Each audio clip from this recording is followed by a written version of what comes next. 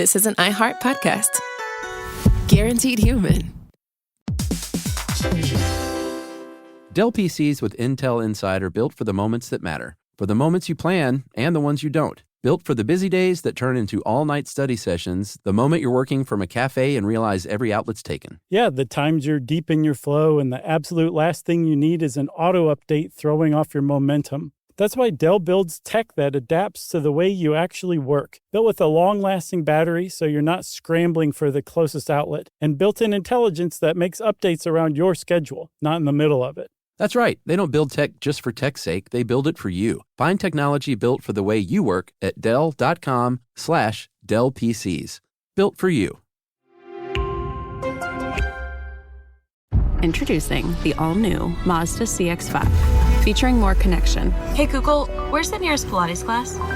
Safety that has your back. More discovery on the scenic routes. More passion in the details. And more control in changing weather. The all-new Mazda CX-5. More to move every side of you. See it in 5 films at MazdaUSA.com/5sides. Google is a trademark of Google LLC. Sequences shortened and simulated. Welcome to Stuff You Should Know from HowStuffWorks.com.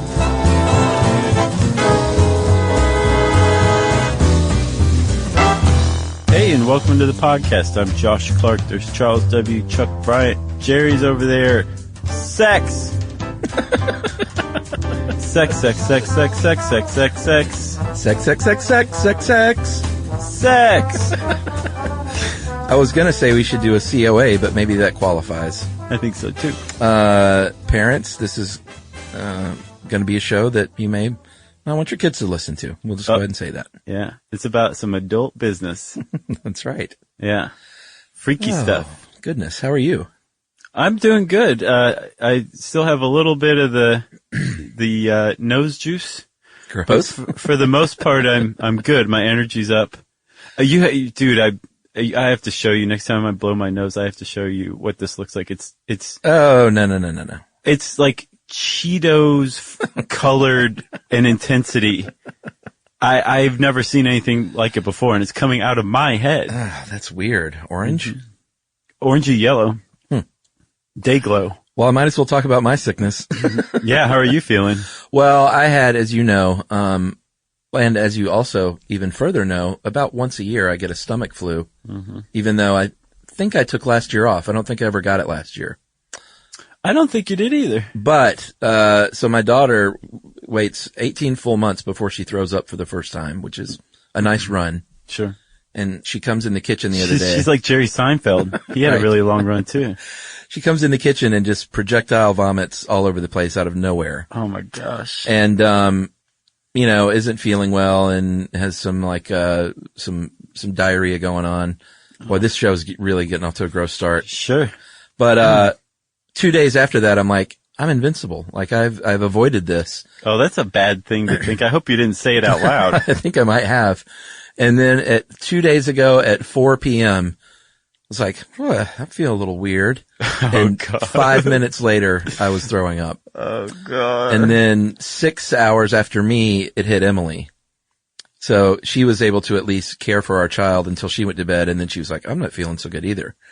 And then my mom, thankfully, came through and took our child from the sick house. Mm-hmm. And then Emily and I, literally all night long, we each had a bathroom at our disposal. And it was just like every 30 minutes, somebody in the house was like, ugh. Gross, man. It was really bad. I mean, it was one of those things where we pulled the curtains and we were just like, didn't even want to look at each other. It was just gross. Yeah. But it's a 24-hour thing generally. And yeah, you said you told Jerry that it was like 24 hours to the minute? Pretty much. I mean, I started feeling better at about 4 or 5 yesterday. That's great. But I'm just weak, Man. Like it just takes a lot out of you. And I feel like I'm not big on the ab workout, but, I feel like. I know you look ripped. Oh, dude, I feel like I really might have pulled muscles in my rib cage from retching. That's funny. All right. So no one else is listening anymore. No. Let's talk about virtual sex. Yeah. We chased everyone off. This is a good plan. Hats off to you. Yeah. So, Chuck. Yes. people invented the internet, and within about, I don't know, 8 or 9 seconds, there was a porn site up, right? Probably, yeah. And since then, apparently, it's been largely overstated, but most people associate the internet, at least in part, with pornography. Really? Oh, you're kidding. Well, what do you mean associate? Like when you think of the internet, you think, well, that's a vast repository of pornography. I don't know if that's the case. I think a lot of people do. Okay. But there's a lot of pornography on the internet. And in fact, the internet has helped just foster pornography into, by light speed. Yes. It's just burgeoned, right? But it turns out, apparently one study I saw in 2011 estimated that, only 1.5% of all web pages are sex-based. How many? 1.5%.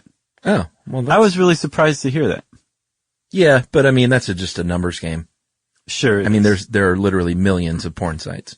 But doesn't that seem low though, even considering? Yeah. The point is, people still do like sex and pornography, and they like the internet. And when they were put together, everything just blew up. Like apparently now the internet porn industry alone globally is worth something like $40 to $50 billion. Wow. I saw that in a 2015 article in The Economist. That's a ton of cash, man. It is. That's how much like the Disney company is worth. They're not going to like that their name is associated with this episode in any way. I know. I just pulled that out of the air. Yeah, good choice. But one of the things, like I said, when the internet furthered pornography, it hasn't stopped. It hasn't plateaued. It's like, oh great, here's a website that's got porn on it. We've achieved peak internet pornography. Like some of the most innovative thoughts to developing the internet further has been based on pornography. Yeah, just when you think they've covered it all. Right. Somebody's like, hey, you like to take a Christmas ham and carve out a hole and put your foot in it? We got a website for that. Your foot, huh? It's called hamfoot.com. Oh man, you better hurry up and trademark that before we release this episode. And by the way, this article was written by Robert Lamb, our own colleague here of Stuff to Blow Your Mind. Yep. When you read it, did you how did you feel? Just hearing it in Robert's voice in my head? I don't know. Maybe that's something to do with it. I just wanted to take a shower. Like if he typed with Robert? No. If he typed the word lovers like one more time, I was literally just, I've never liked that word. No, I'm with you. And, especially not coming from Robert Lamb. And I think he used the word lovers in here like 6 times. Yeah. Like, he was wearing a silk robe when he wrote this. Yeah. I can't imagine how much like graphic stuff got edited out. Yeah, probably from his first draft. But we're talking about the future of simulated virtual sex, not necessarily robot sex, cause that's a different thing. And we actually, we did a whole episode on that, remember? Yeah. I think it was called like, Will We Marry Robots? Cause we were trying to be above the board. Right. But we talked a lot about that, but that's not what this episode's about. No, this is a little bit more about, using technology to either simulate sex or and I found out in a lot of cases, and we'll go through it as we talk about some of these specific things, a lot of them seem geared toward, or at least they're marketed as like, hey, are you in a long distance relationship? Like, we can help bring you closer, by sort of synchronizing, phone sex in a way, like just a super advanced form of phone sex. Right. And that's definitely like the genteel way of putting it, because I think probably more to the point, it's, hey, do you, like to have internet sex with people you don't know? Well, have we got some technology coming down the pike for you? Yeah. And they don't say, hey, are you super lonely? And it's easy to laugh about like the lonely dude in his house, but there are, there are genuine phobias, and this could be a benefit to people who aren't literally aren't able to certain conditions to go out and have real sex, Sure, yeah. So I hadn't it's even easy thought to about knock, that. but it could prove to be a real benefit. Yeah, hoarders are going to love this stuff. The other thing though that almost sounds like what you just said was like a midterm goal of the future of internet-based sex, right? But ultimately, from everything I'm seeing, the ultimate goal, or maybe not even goal, but what will probably prove to be the ultimate reality is that sex will be so improved and perfectly refined by science and technology. Yeah. That we will end up preferring it, and I mean, like, the normal average human will end up preferring simulated sex over the actual real thing. Not true. I don't know, man. I mean, that sounds like one of those things that people in 50 years will look back and be like, what idiots, they got that really wrong. But it also seems like, I don't know, people like good sex, Yeah, but it's simulated sex is to real sex as Soylent is to food.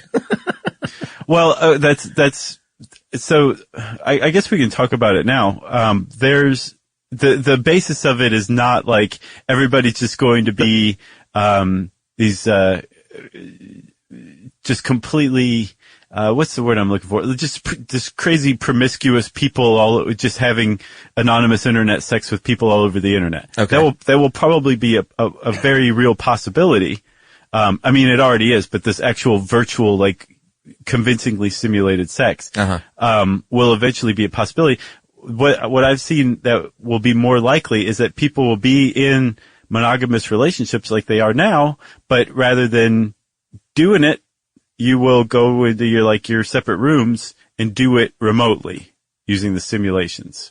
Right. Or it potentially could be a way to maybe relieve the inclination to step out on your husband or wife. Yeah. And say, you know what? I'm not going to cheat on you. I'm going to, it's just a very technologically advanced form of masturbation. Sure. But that also, I can definitely see couples where say that's fine. That's great. Go get your rocks off with the computer lady. Right. But I also see no, that's not, that's terrible. Yeah. And I think that's already an issue now. Are you? Sure. With porn sites or whatever. Porn sites or webcam people, whatever. But when you add this element, and this is ultimately what we're talking about, Chuck, is the progression toward adding actual physical sensation to internet sex. Yeah. It just opens up the whole idea of cheating even further, Yeah. You wouldn't have to use your imagination any longer because your body is being physically manipulated to recreate the sensations of having sex in real life. I feel like we should take a break. I think so too. I think we really set this one up so high that we can't possibly deliver from now on. All right. Well, let's take a break, and I'm going to go have a talk with Robert Lamb, and we'll be back right after this.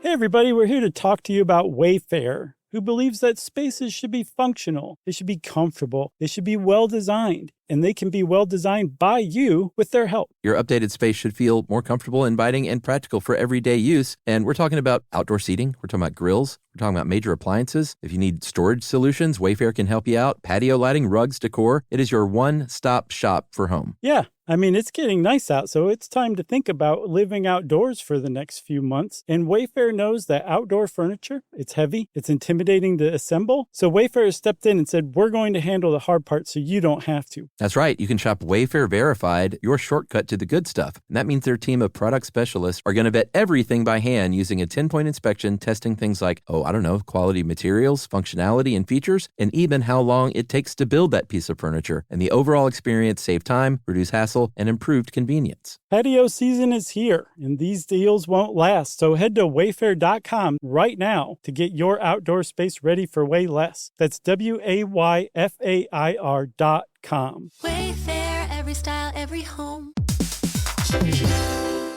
Hey everybody, I want to talk to you a little bit about Tide Evo because it represents over 10 years of innovation and product development. Tide Evo is a first-of-its-kind technology where tens of thousands of minuscule fibers are spun together to form a 6 times powerful layer packed with scrubbers, brighteners, pre-treaters, and fresheners. And that's going to deliver a breakthrough clean that's so powerful it feels like magic. Yeah, it is kind of like magic. Tide Evo is revolutionary. A 100% concentrated, waterless laundry tile that's made of compressed microfiber soap layers rather than liquid or powder. And it's not like pods or sheets because it uses 6 layers of detergent fibers to deliver superior cold water cleaning without plastic packaging of any kind. And it provides a mess-free, lightweight solution that dissolves lickety-split. So whenever you run into a laundry challenge, turn to Tide Evo. It's revolutionary. It's magic. Try new Tide Evo. Real laundry magic.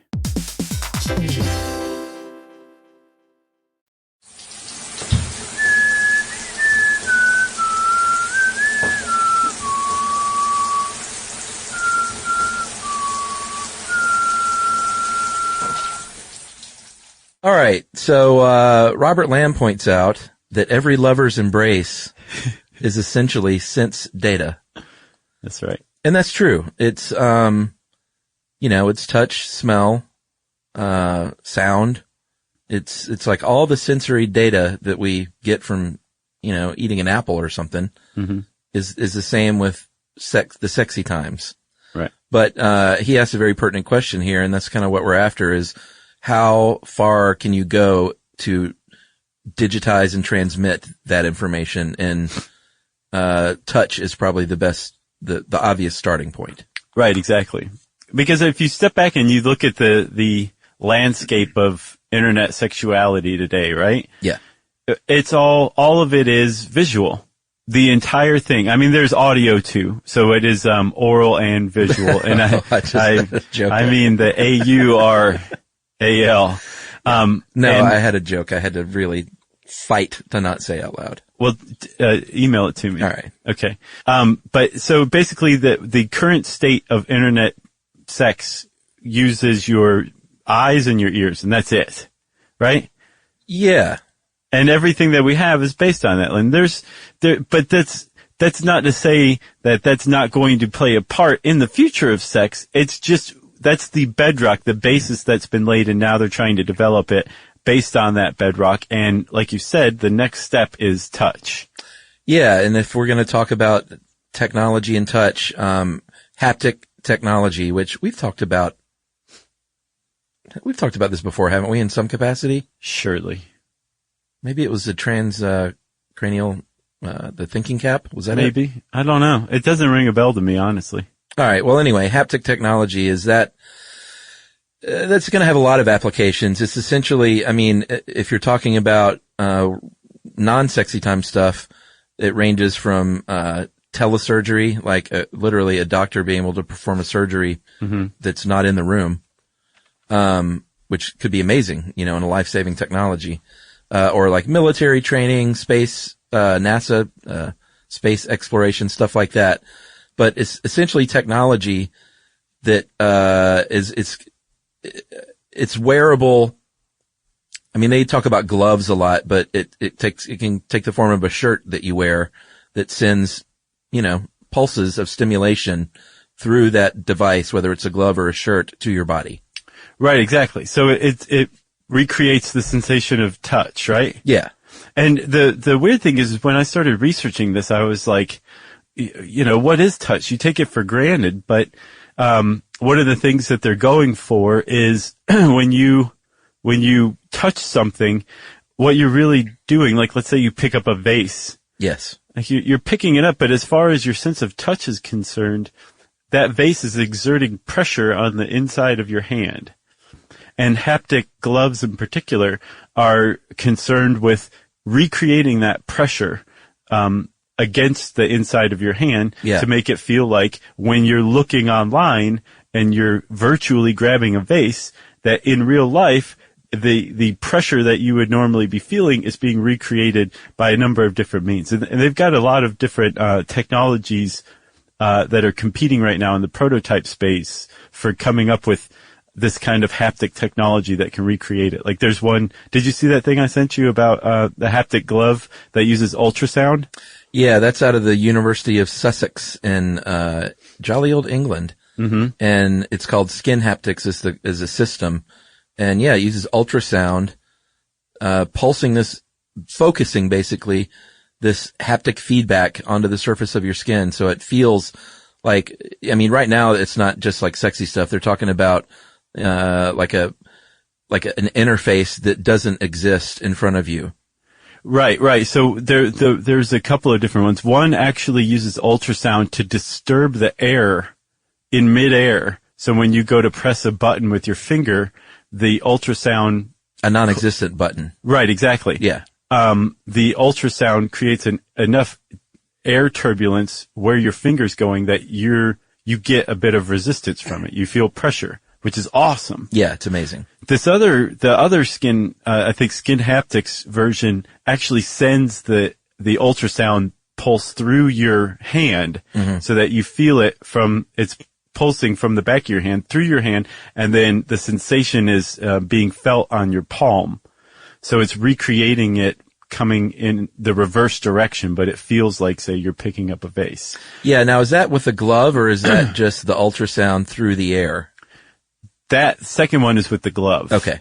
So the other one is like, say, a screen that's mounted next to an oven is using ultrasound from the screen on the countertop to disturb the air above it in midair. That's different. Right. The glove is sending it from the back of your hand to the front of your hand. And I keep saying it's like you're grabbing a vase, but it really, with what we're talking about, they're trying to recreate what it feels like to say grab a boob. I mean, that's what they're doing here, right? So, the Kinect controller. Yeah. I think Microsoft came out with it for Xbox a few years back. And, literally within a month, it was an open source controller. It still is.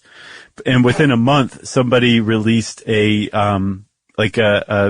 Kinect porn game. Sure. Right? And so if you look at the videos of this, did you see any of them? Of the Xbox thing or that other thing? The Xbox one. No, I did not see that one. So it's basically, the demo is a guy like kind of feeling up a CGI lady, right? Okay. And if what he's doing is, it's all visual. What they're trying to get is with haptic devices is that visual thing, but then you will feel what you're seeing on screen. That's the next step that people are working on as far as internet sex is going. Yeah, trying to synchronize. Well, we'll get to that, but yeah, trying to synchronize these things to where you're looking at something, and it just matches up. The feel and the visual all matches up. Right. So you get the visual to begin with. Yes. That's already done. That now you have, thanks to the, say, VR Connect, you can move your hand in this world and it translates onto your computer, the virtual world. And then so that's done. The next step again is recreating the sensation of touch from that virtual world into this world. Right. So I thought you were talking about the, that website, the, sex game website. Oh, 3DX chat? Did you go to that one? Yes. Holy cow. Yeah. Warning. Very graphic website. Yeah. We're not saying that to all the 14-year-olds because I think every 14-year-old alive has been there. But the older this 45-year-old had not. Yeah, I hadn't either. I had no idea it was a thing. I was like, what is that? It kept popping up in research, and I went and looked. I was like, no way. Yeah, it's, that is a sex game, and it's, you have an avatar. But game is, you're using that loosely. It's almost like Second Life. It's like a hangout. Yeah. Like virtual chat. Like life, basically. Yeah, like you design your dude or your lady, and you go into a bar and you're hanging out, and then you take that person back to your apartment and you have like really graphic, animated sex. Right, but the person you're picking up is an actual person in real life as well. It's their avatar. Right. It's not like, you're picking up a sim or something. Right. So, and that's apparently like really big right now. Yeah. $92 a year. That's what it costs? Yeah, you get to. That's a weird number. Man, I know. It's not even 92. I rounded up. It's like 91.99. Why isn't it just $100? I don't know. They found that was a tipping point? Yeah, exactly. Like, no, they won't pay 99. They'll pay 91.50. Yeah. We polled a few perverts in our town and they said $100, no way. But they got confused around the 91 mark, so we went with that. So Chuck, we were largely talking about with haptic devices, the glove. It's not just the glove. That's a big first step. But ultimately, the goal is going to be basically a haptic full body suit to where the pressure and sense and warmth and everything that has to do with touch is recreated all over your body. Yes. Because your hands are great, but, they're still just your hands. As far as internet sex is concerned, that full body haptic suit is going to be the holy grail. And apparently it's not that far off. There's a guy who founded, a company called Shadow Robot Company. That sounds creepy. Well, actually they make anthropomorphic robot hands for, people who, have had a limb amputated. It's like a legit robot, company. Oh, well he just happened to be far quoted. Less creepy. Right. His name was Richard Greenhill, and he said that, I think it was last year in an article, he said that the full body haptic suits are just a few years away probably. Wow. Yeah, that'll be huge. But in the meantime, there's been these baby steps that have been taken over the years. And one of the first, I guess, kind of prototypes of a haptic suit was a haptic shirt called the Hug shirt. Yeah, I went to their website and I didn't see, it said buy it now, so I clicked on it to see how much it was, and then it didn't come up. So I don't know if it's not at market yet, but the idea is it's a shirt, and this is the most G-rated part of this show, because it's a shirt that simulates a hug. Yeah, which is pretty sweet. It's a company, a UK company called Cute Circuit. And I think they came out with it back in like 2001 or 2. And I think they released them for sale in like 2005 or 6 or something like that. But basically, you are wearing your Hug shirt. You're connected to the internet via the, Hug shirt app. And then your lover. Your lover. Man, I was going to say little sweetie. Yeah. Was on the other end, but lover's fine. And they're wearing their Hug shirt connected to the app. So when you simulate a hug, right, you hug yourself wearing the Hug shirt, it transmits that hug to your lover. Right. And they feel the sensation of the hug you just sent transmitted through their Hug shirt. It's awfully sweet. Yeah, I want to know what this feels like, I wanted to sample one. Yeah, well, we're on a pretty great streak of not doing the stuff that we're talking about. So why start now, Well, I couldn't, I tried to buy one, but I didn't see where you could. Did you see a very nice man named Don Kent, who gave us Pliny the Elder before, sent us a box of Soylent? Oh, wonderful. Yeah, let's try it on air. Okay. Oh man, that's a great idea. We'll have to set it up in another episode just so that it has all the proper introductions. Okay. We'll just say this so that everybody can get really excited about it. Yeah, I'm excited already. Okay. So the other simulator that, is in prototype mode, there's something called the KISS transmitter from, Kajimoto Laboratory at Tokyo's University of Electrocommunications. And, did you see this thing? Yeah, I was very much turned off by that. Yeah, it's, at least right now, unless the prototype is advanced, it's supposed to simulate French kissing, but it was a box, and it looked like a bent drinking straw that just went around in a circle. Yeah, and they showed some poor undergrad who was having to demonstrate it. And they were doing close-ups of his mouth and this thing swirling around with it. It's not pleasant at all. No. But the Kissinger. Well, hold on. Just with the KISS transmitter, I think the idea is eventually that straw will be a tongue, which would make a lot more sense. Sure. But the trick to this is it doesn't just spin in a circle. What it does is it works with you. Like when you are moving your tongue around, it is reciprocating in likewise fashion. So it's not just willy-nilly spinning around in a circle. I got you. It's smarter than that. Yeah.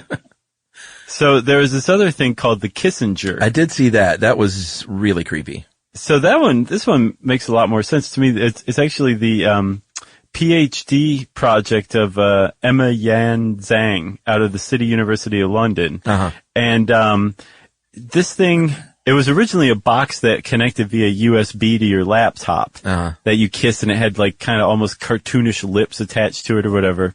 And then the newer prototype is this thing that you connect to, say, your iPhone.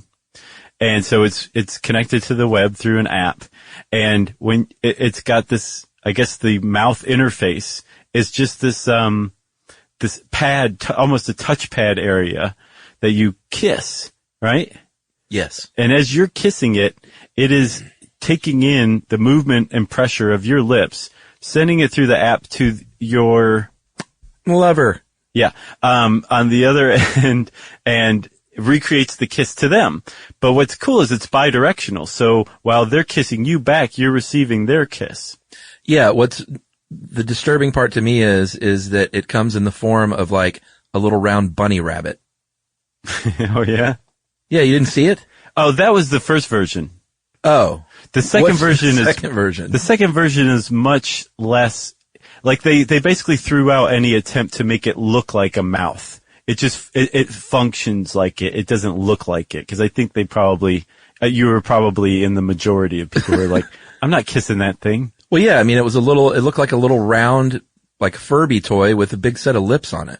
Yeah. And the other disturbing part was you had to hold it down because it was constantly trying to get away. Which it was like, why did you make that design choice? That's very creepy. Yeah. And we'll get to really creepy stuff later too, by the way. How's that? Are you talking about teledildonics? I think we should take a break before we talk about that. About teledildonics? Yeah, let's take a break.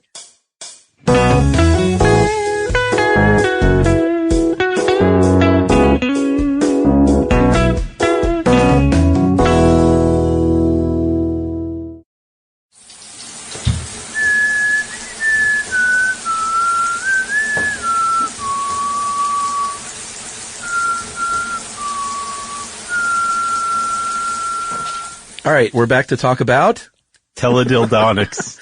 It's funny, like I can't say lover, but I have no problem saying teledildonics. Yeah, so of course they called it that.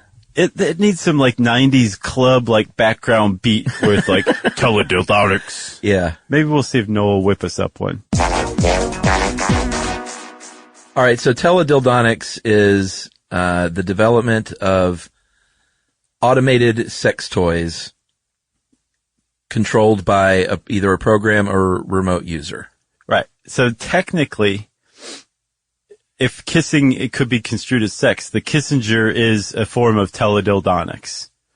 Right? Yes. And the basis of teledildonics is you have some sort of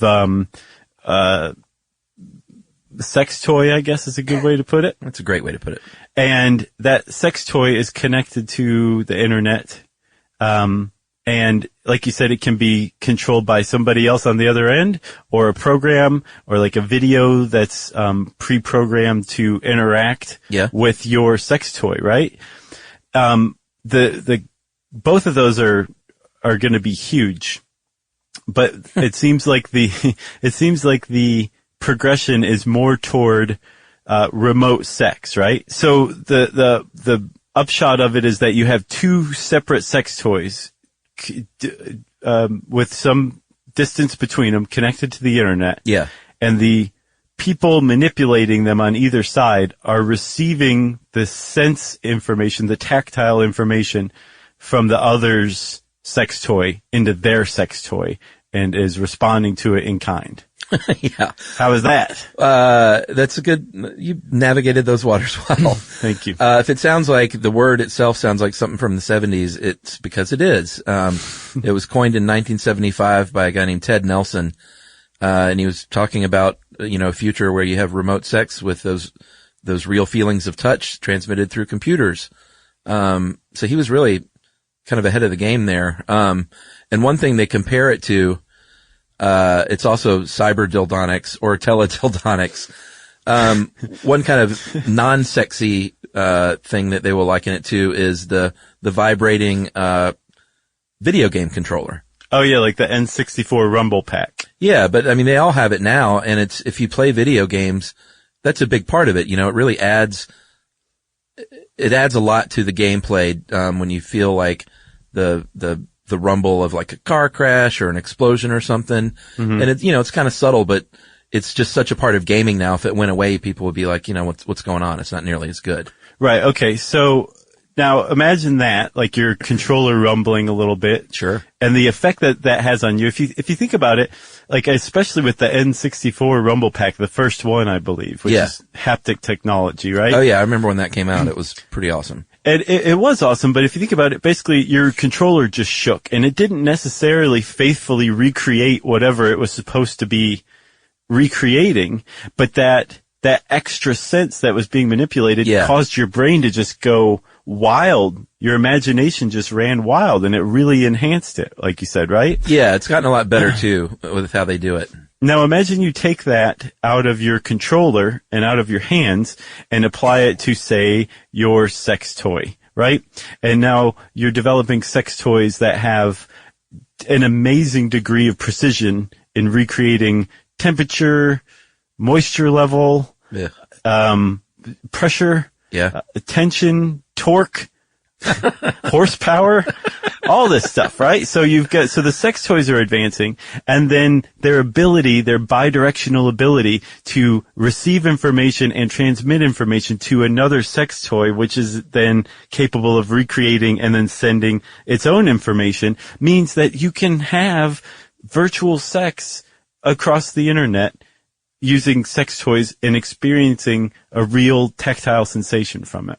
Yeah, and these are the ones where mostly I saw that they were trying to target couples that are in long distance relationships, or when you're away from each other for business travel or whatever, that you can sync up your sex toys in real time, so the things that you're doing are being felt on the other end. Exactly. A good example of this is the Love Pals, which, if you're a sex toy manufacturer, step up the names, shall we? Oh, it's always been that way. Love Pals with a Z. Yeah, of course. But they came up with a pair of sex toys called Zeus and Hera. Yeah. And they're exactly what we're describing. And from what I can gather, they're basically the cutting edge of it. Yeah, I mean, I looked up, they list a few in this article. Real Touch from 2009 seems like it completely went away. Mm-hmm. There was one in 2011 called Lovin's. Not with a Z, surprisingly. Right. And they had the I Man and the I Lady. Right, yeah. And that, I looked that up. They had Max and Nora, which were it was a male masturbator, which is a machine that does it for you, and a female stimulator. And they named them Max and Nora. It's very cute. And they worked through Bluetooth in your phone app. Mm-hmm. But the last I saw was there was an Indiegogo from a couple of years ago that was half funded and closed. So the only one that I've seen that has really, and I don't know about taking off because I don't know their sales, but it seems like it's a legit thing that's out there, is the Love Pals. Well, did you look up the one? So we got that article from the website of a company called Kiiroo, Kiiroo. Yeah. And they had their own thing going. That's actually doing well too. The Onyx.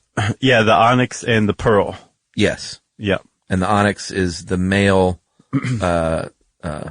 buddy. Right. And the Pearl is the female buddy. Yeah.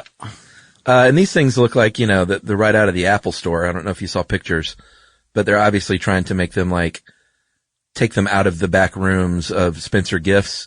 Right. and bring them to the forefront of look at this thing. It looks like looks like any Apple device you would find. It's sleek. Right, exactly. It's futuristic looking. You can put it in your dishwasher.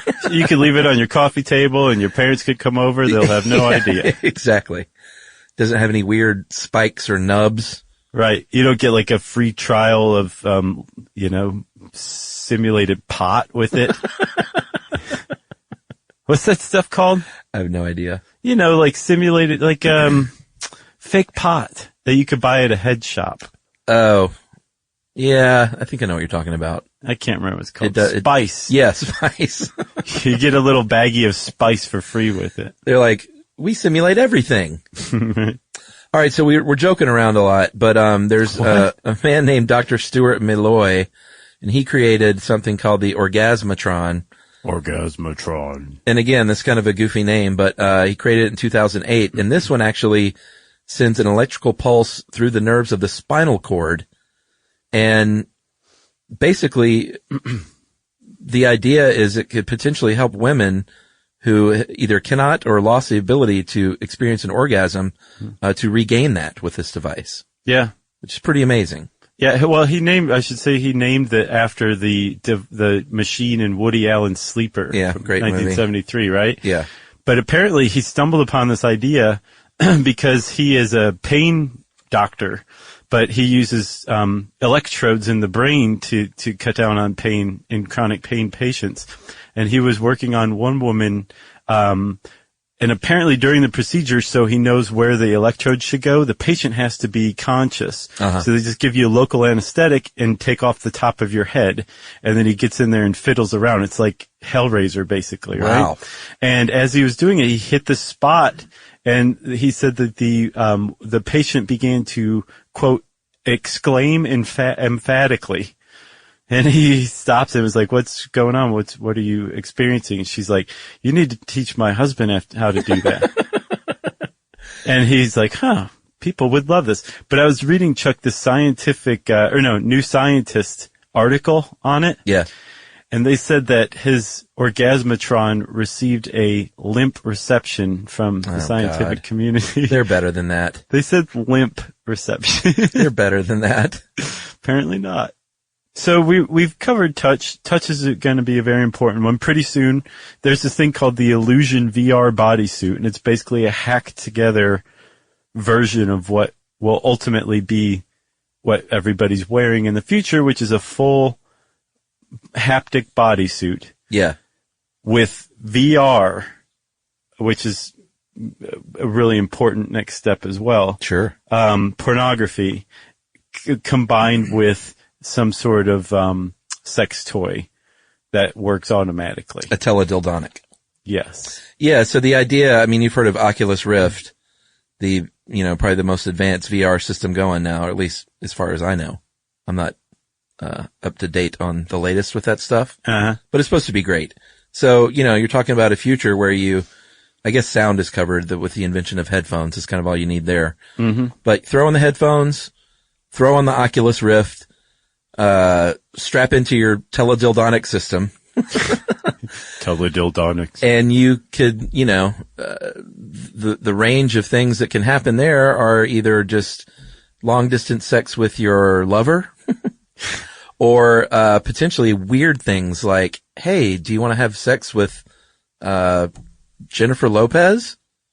Well, yeah. we've got a program you can pay for and do that. And Jennifer Lopez is really mad. Well, yeah.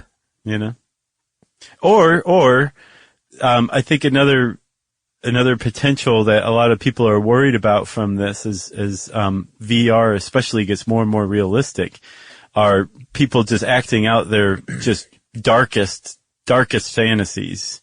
And there's a lot of debate right now over ethically, morally, and legally how acceptable that is, Absolutely. So one of the big discussions about internet pornography right now is, as we're reaching this ability to pretty accurately simulate, although a lot of it's not very accurate, like even good CGI is still clearly CGI, and some of it dips into the uncanny valley. Yeah. But as we pass out of the uncanny valley and get like more and more realistic, the question is, well, if you have people who are engaged in victimizing other people in real life. Yes. Out of compulsion or something like that. Like there's a lot of debate over whether pedophilia is actually based on brain chemistry which would take it out of the realm of choice, right? So let's say you believe that pedophiliacs, Pedophiles? That's right. If you believe that pedophiles don't have a choice in their decisions, their compulsions, and that they have to carry this out, or else just basically castrate themselves, is it morally acceptable to give these people a virtual simulation of that? Yes. Yeah. In which case it will satisfy their compulsion while at the same time preventing them from carrying out this compulsion in real life. So in real life, no one is being harmed, but you're still giving over a virtual kid for a pedophile to do whatever with. Yeah, that is the slipperiest of slopes. Yes, it is. Because if someone were to argue that, someone very rightfully would argue that who's saying that's satisfying that and not building up to act out on that for real, you know? Yeah. Yeah, and that's a lot of concern coming from the other end as well, is that as we get more and more into this incredibly rendered VR sex that you can actually feel and sense and all that as well, that the fact that it's VR will make people who otherwise in real life wouldn't have said, well, what happens if I choke this avatar to death while we're doing it? Let's see what that's like. And then they'll find out that they actually like that and they might want to try it in real life. Oh yeah, I mean, as soon as this stuff is out there, there's going to be someone selling rape and murder fantasy software, and I just don't see how that could lead to anything good. Well, but that's the long-term debate, you know, like people have said the same thing about violent video games. I know. There's never been a body of study that shows that violent video games actually do lead to increased violence in real life. So, I mean, is the same thing true for sex? Freaky sex. Well, all right, people can turn it off because Chuck's opinion is coming. Boy, people don't like it when I say opinionated things. Some people do. I don't remember if I covered this much on our episode about video game violence, but I've played a lot of violent video games more in the last 2 years. Mm-hmm. And my feeling is that you may not be able to pinpoint that as a cause, but I think it can be a factor and a tipping point to someone who is teetering on that edge of carrying out a violent act. Yeah. I firmly believe that, because I am a non-violent grown man, and when you play these games enough, you find yourself driving around and having these thoughts, like, not that I really would do these things, but they pop into your head just like the same way I used to have Tetris dreams when I played Tetris too much, and I would, not even dreams, like waking dreams, I would walk into a room and see boxes, be like, oh, you could arrange these in a different way. It like has a way of kind of taking your brain over. And then you take out your aggression on the boxes. But I think it definitely absolutely can be a factor and a tipping point if someone is close. Yeah. Again, I mean, it's anecdotal, but you prefaced it with the fact that that's your opinion. Just my opinion. But that's your experience too, you know? Yeah, and I'm not saying like ban violent video games, because like the lion's share of people can play these things with no problem. Yeah. But I don't know. It's tricky.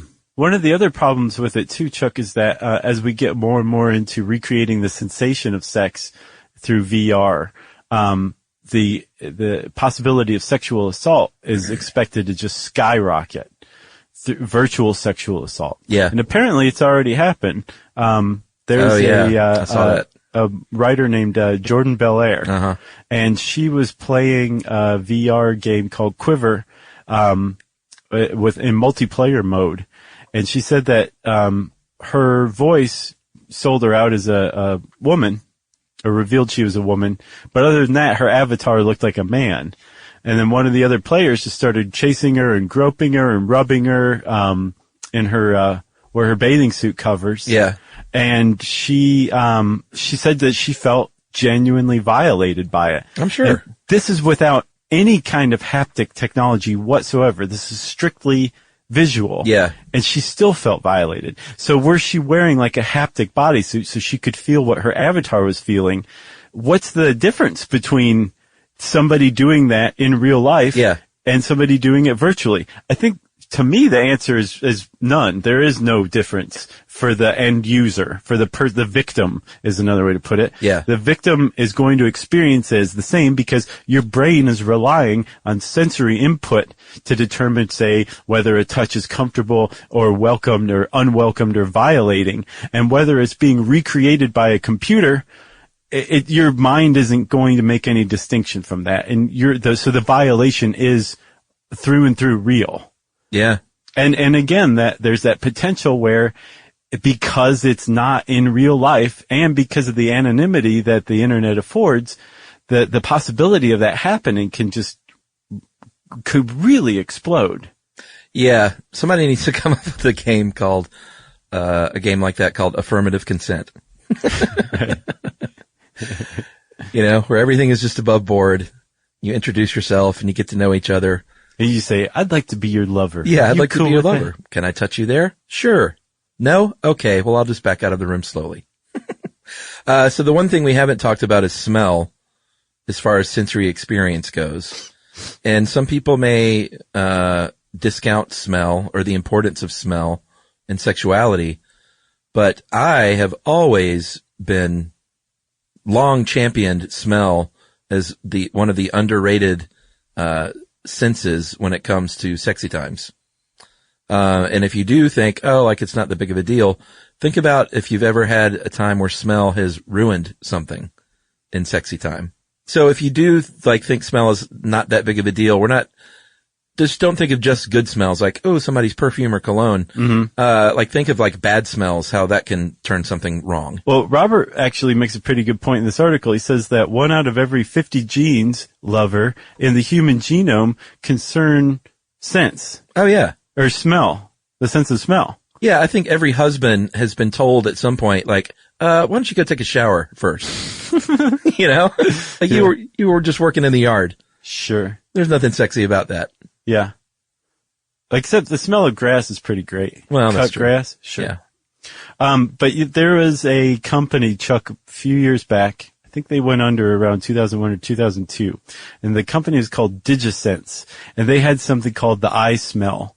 And it was connected to your computer. And the whole idea was that they had, just say, how you have cyan, magenta, colors, yellow, and black, is that right? CMYK, yeah. Yeah. And you can make millions and millions of colors based from those 4 pigments. These guys were trying to do the same thing with smells. Uh-huh. Come up with 4 basic scents that you could make virtually any smell with, right? Yeah. And it's amazing. It's so sad to me that it didn't go anywhere. But it's come back, DigiSense. Do it now. We're ready.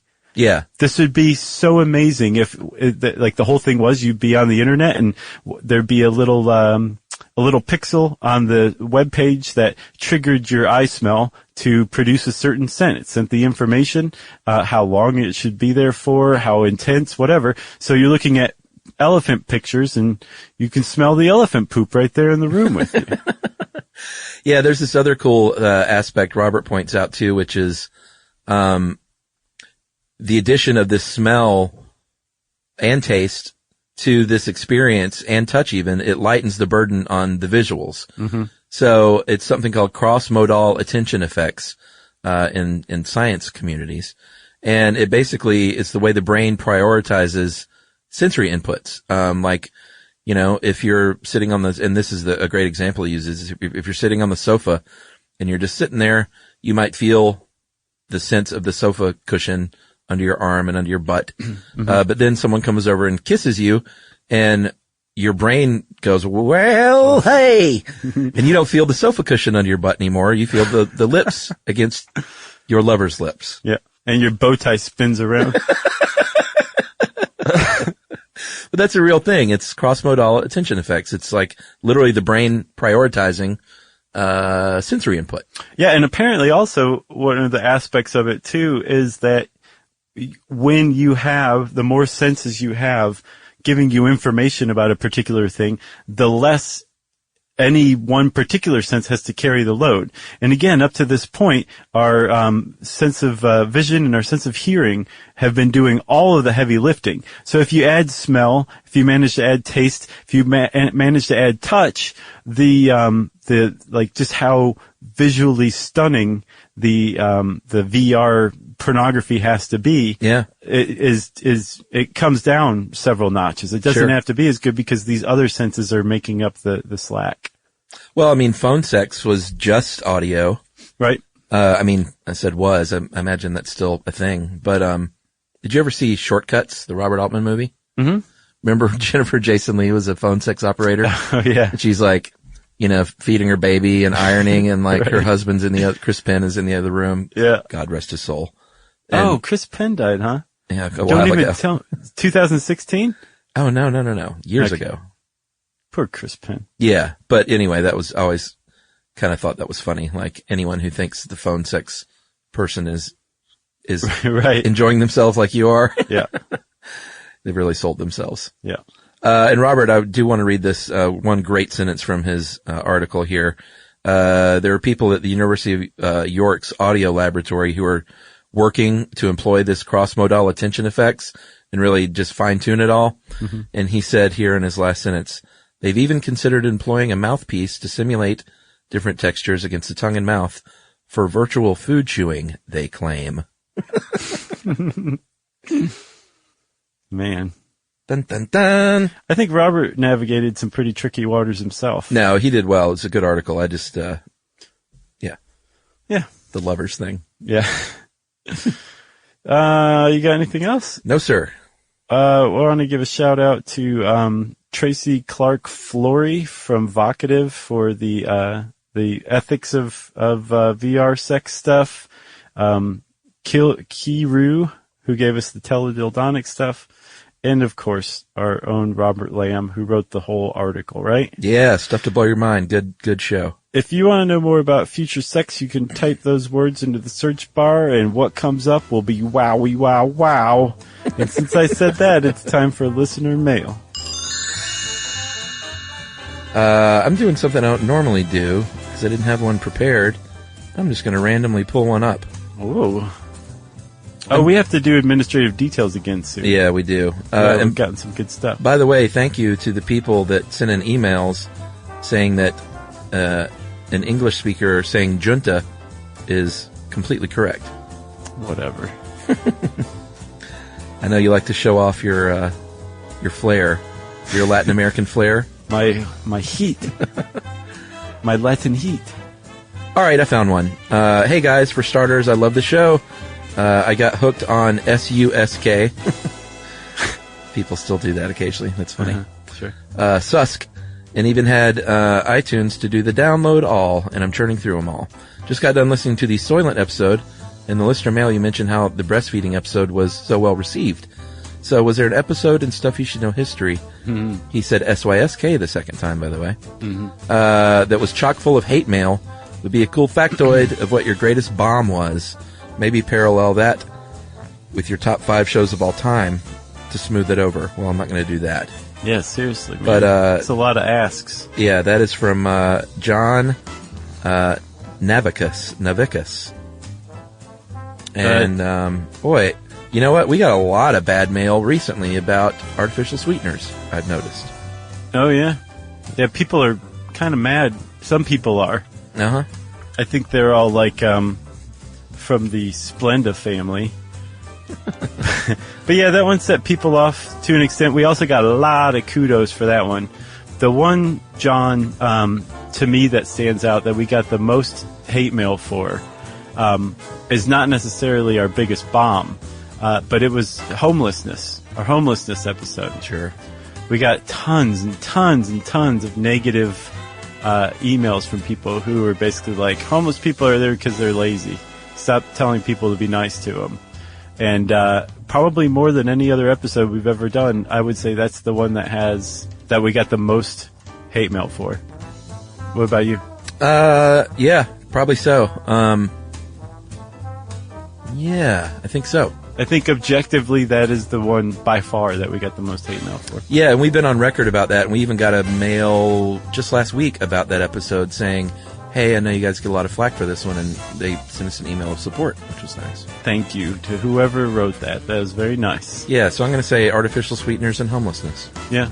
Yeah, it's not like those emails like made me reconsider my stance on how I feel about homeless people or whatever, but right. It just sucks to hear angry stuff from that many people about something that you think is kind of brain dead. Yeah. You know? Well, all right. If you want to get in touch with us like John did, thanks for the email, John. You can tweet to us. I'm at Josh Clark and at SYSK Podcast. Chuck's at Charles W. Chuck Bryant and at Stuff You Should Know on Facebook. You can send us an email to stuffpodcast@howstuffworks.com. And as always, hang out with us at our home on the web, stuffyoushouldknow.com.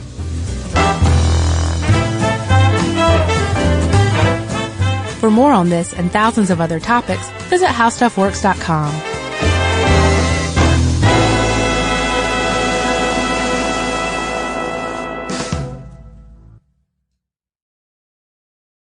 Imagine never buying gas again. Well, you can with an electric vehicle. EVs are easy to charge as your phone and perfect for everyday life. You can drive daily with confidence everywhere you go. Most Americans drive just 40 miles a day, and most EVs are equipped with 200 to 400 miles of range. Plus, they've got fewer parts, they require fewer repairs, and they produce fewer headaches. And with all those pluses, it's no surprise that we're seeing more and more EVs on the road, which makes the planet happier and happier. The way forward is electric. You can learn more about EVs at electricforall.org. If audiobooks are your thing and you've been meaning to listen to more of them, you should check out a podcast called Earsay, the Audible and iHeart Audio Club, hosted by Cal Penn. Each episode spotlights standout audiobooks on Audible across all kinds of genres: sci-fi, comedy, romance, thrillers, and more, with Cal talking to guests who help break down what makes each story worth listening to. It's a fun, easy way to discover your next great audiobook. Check out Earsay on the iHeartRadio app, Apple Podcasts, or wherever you get your podcasts. This is an iHeart podcast. Guaranteed human.